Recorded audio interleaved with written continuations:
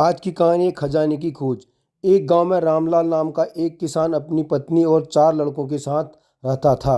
रामलाल खेतों में मेहनत करके अपने परिवार का पेट पालता था, लेकिन उसके चारों लड़के आलसी थे, जो गांव में वैसे ही इधर उधर घूमते रहते थे। एक दिन रामलाल ने अपनी पत्नी से कहा कि अभी तो मैं खेतों में काम कर रहा हूँ, लेकिन मेरे बाद इन लड़कों का क्या होगा? उन्होंने तो कभी मेहनत भी नहीं करी, ये तो कभी खेत में भी नहीं गए। रामलाल की पत्नी ने कहा कि धीरे धीरे ये भी काम करने लगेंगे। समय बीतता गया और रामलाल के लड़के कोई काम नहीं करते थे। एक बार रामलाल बहुत बीमार पड़ गया।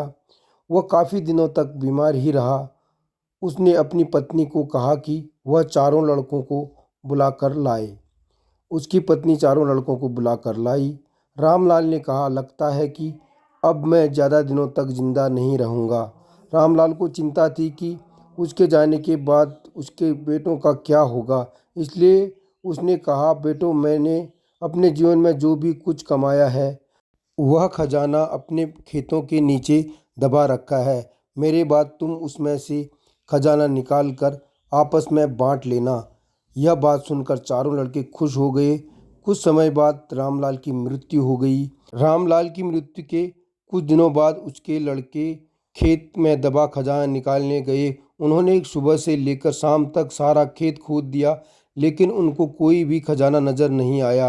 लड़के घर आकर अपनी माँ से बोले, माँ, पिताजी ने हमसे झूठ बोला था, उस खेत में हमें कोई खजाना नहीं मिला। उसकी माँ ने बताया कि तुम्हारे पिताजी ने जीवन में यही घर और खेत ही कमाया है, लेकिन अब तुमने खेत खोद ही दिया है तो उसमें बीज बो दो।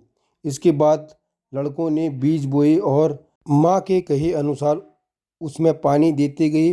कुछ समय बाद फसल पककर तैयार हो गई, जिसको बेचकर लड़कों को काफ़ी अच्छा मुनाफा हुआ, जिसे लेकर वह अपनी माँ के पास पहुँचे। माँ ने कहा कि तुम्हारी मेहनत ही असली खजाना है, यही तुम्हारे पिताजी तुमको समझाना चाहते थे।